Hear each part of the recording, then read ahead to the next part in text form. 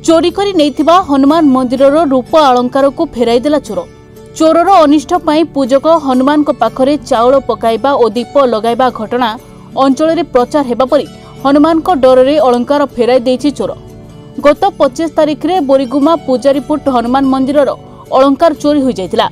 हनुमान मंदिर रे थिबा राम लक्ष्मण और सीतांकर रौप्य मुकुट एवं पितल हंडा घंटी इत्यादि दुर्बृत्त माने चोरी कर निथिले। एने बोरीगुमा थाना रे लिखित अभियोग करथिले मंदिरर मुख्य पूजक। पुलिस एने तदंत आरंभ करथिला। 5 दिन परे चोर समस्त अलंकार रुद्राक्ष माळ आनी मंदिर निकटरे रखी चली जाइछि। ए घटना को नै कुहा जाउछि काळे हनुमान और रामंकर डर रे चोरी होइतिबा जिनिस को चोर फेराई दैछि। मोर ना राजेंद्र मिश्र 25 तारिख राति चोरी हेतला।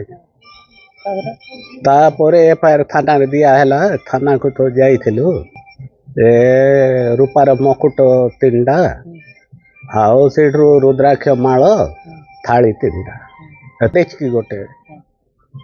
आज 1 तारिख को सकाळे पिला मन खेलुथले मिलिगला द्वारा का उनको प्राप्त हेछि।